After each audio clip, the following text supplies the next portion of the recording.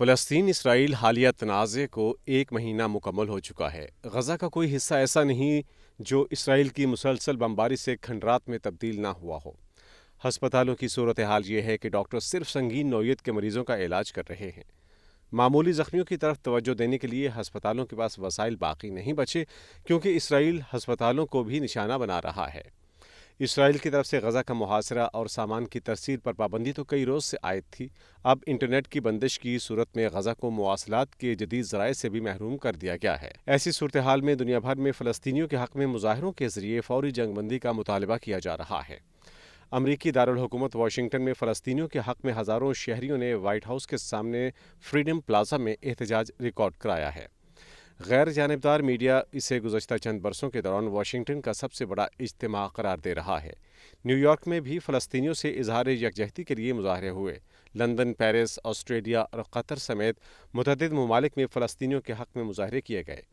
اسی طرح اقوام متحدہ کے تمام اہم اداروں کے سربراہان نے ایک مشترکہ بیان جاری کیا ہے جس میں غزہ میں فوری جنگ بندی پر زور دیا گیا ہے۔ اقوام متحدہ کے اداروں کے سربراہان نے کہا ہے کہ تقریباً ایک مہینے سے دنیا اسرائیل اور مقبوضہ فلسطینی سرزمین میں بگڑتی صورتحال کو ہولناک شکل اختیار کرتے دیکھ رہی ہے، جس میں ہزاروں قیمتی جانوں کا ضیاع ہو چکا ہے۔ اسرائیل دنیا کے مطالبات اور دباؤ کو خاطر میں نہ لاتے ہوئے غزہ کے مکینوں پر عرصہ حیات تنگ کر رہا ہے، مگر کوئی ایسا پلیٹ فارم نہیں ہے جو آگے بڑھ کر اسرائیل کا ہاتھ روک سکے۔ صورتحال تو یہ ہے کہ امریکہ جیسے ممالک اب بھی انسانی جانوں کے تحفظ کے بجائے اسرائیل کے اقدام کو اس کا حق قرار دے رہے ہیں۔ حقیقت یہ ہے کہ اس وقت تک 10,000 سے زائد فلسطینی شہید ہو چکے ہیں، جن میں 4,000 کے قریب بچے تھے۔ ایسی کئی دردناک تصاویر ہیں جنہوں نے دنیا کو جھنجھوڑ کر رکھ دیا ہے۔ غزہ میں جنگ بندی کے لیے امریکی شوبز شخصیات نے صدر جو بائیڈن کے نام کھلا خط تحریر کیا ہے۔ آرٹسٹ فار سیز فائر کے عنوان سے خط میں جو بائیڈن انتظامیہ سے غزہ میں بمباری رکوانے اور جنگ بندی کروانے کا مطالبہ کیا گیا ہے۔ اسرائیل مگر بین الاقوامی مطالبات کو مسلسل مسترد کر رہا ہے اور جنگ بندی پر آمادہ نہیں ہے، بلکہ اب اس جنگ کا دائرہ لبنان تک بڑھا چکا ہے۔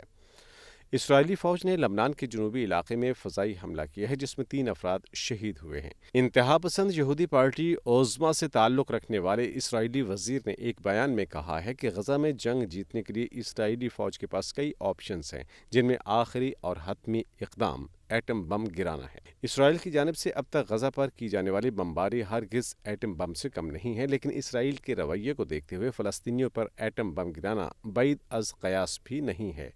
مذکورہ اسرائیلی وزیر جس جماعت سے تعلق رکھتا ہے، وہ غزہ کی پٹی کے شمالی علاقے سے فلسطینیوں کو بے دخل کر کے یہودی بستیوں کو آباد کرنے کی حامی ہے۔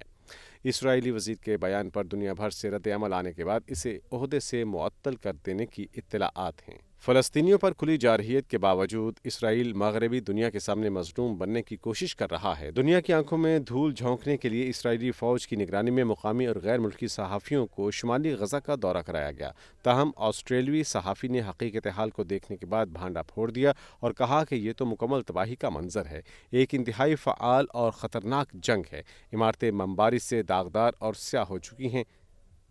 ٹینکوں سے ہونے والی بمباری سے آسمان پر بلند ہوتے شعلے دیکھے جا سکتے ہیں۔ فوج کی نقل و حرکت کو فلمانے یا نشر کرنے کی اجازت نہیں ہے۔ دورے کے دوران صحافیوں کو محصور پٹی میں داخل ہونے کی اجازت نہیں دی گئی، جہاں پر زیادہ نقصان کے خدشات ہیں۔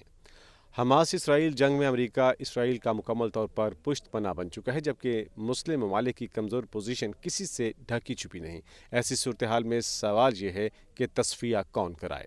اسرائیل حماس تنازع اگرچہ دنیا پر دیر پا اثرات مرتب کرے گا، تاہم اس کے ورلڈ آرڈر پر خاص اثرات مرتب نہیں ہوں گے۔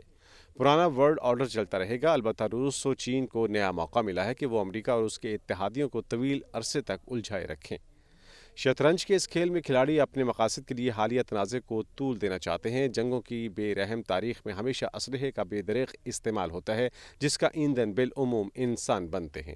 کئی برسوں بعد اصل حقائق سے پردہ اس وقت اٹھتا ہے جب اسلحہ کی فروخت کے لیے جنگ کو مارکیٹنگ میں بطور حوالہ پیش کیا جاتا ہے کہ یہ اسلحہ فلاں جنگ میں استعمال ہو چکا ہے، اور نتائج تسلی بخش تھے۔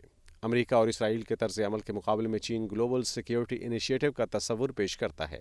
جنگوں کے بجائے چینی صدر دنیا کی مشترکہ ترقی کے خواہاں ہیں، حتیٰ کہ چین تائیوان جیسے اندرونی معاملات اور تمام پڑوسیوں کے ساتھ معاملات کو تناؤ کے بغیر حل کرنے کی پالیسی پر عمل پیرا ہے۔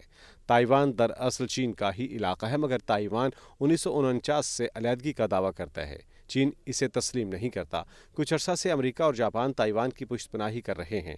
یہ چین کے اندرونی معاملات میں کھلی مداخلت ہے۔ ون چائنا ویژن کے باوجود چین تحمل کا مظاہرہ کر رہا ہے۔